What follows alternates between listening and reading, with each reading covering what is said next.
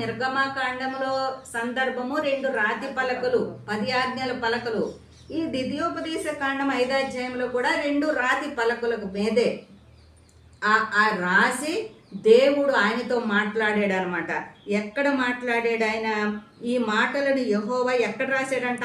ఆ పర్వతం మీద అగ్ని మేఘ గాఢాంధకారం అంట. అబ్బా, అగ్ని మేఘ గాఢాంధకారం. ఆ బైబిల్ ఏముందో చదువుపిన ఒకసారి. నిప్పు మంటల నడుమ నుండి దట్టమైన కారు మబ్బ నుండి గంభీర స్వరముతో ఆయన మీతో మాట్లాడారు.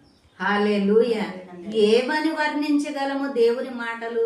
ఒక్కొక్క బైబిల్లో ఒక్కొక్క రకంగా ఏంటంటే, మరి దాని పూర్తి వివరణ అనేది మనకు కావాలి అని అంటే ఒక్క బైబుల్ చదివితే మనకి సరిపోదు.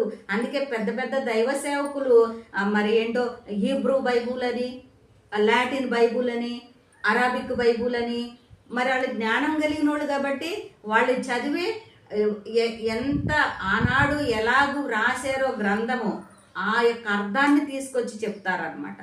దేవుడు మనకి ఇచ్చినటువంటి గ్రంథంలో ఉన్నటువంటి వాక్యం తప్ప మనకి తెలియదు.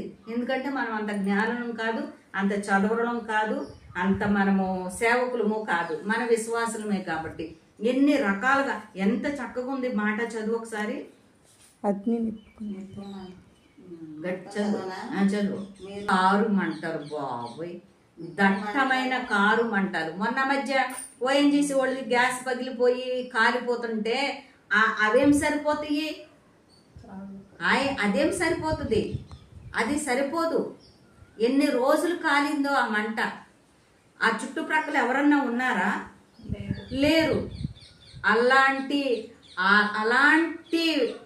దట్టమైన మంటలు, అగ్ని మధ్య గాఢాంధకారము,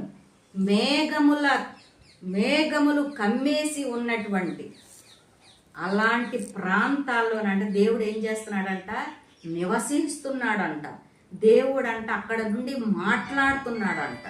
అందుకే మరి వీళ్ళ అనుభవపూర్వకంగా గాఢాంధకారము ఆయన చుట్టూ కమ్మి ఉంది కాబట్టి అగ్ని మేఘ గాఢాంధకారము దట్టమైనటువంటి పొగల మధ్య ఆయన ఉన్నాడు కాబట్టి అందుకని నేను భయపడను అంటున్నాడు అనమాట దావీదు గారు.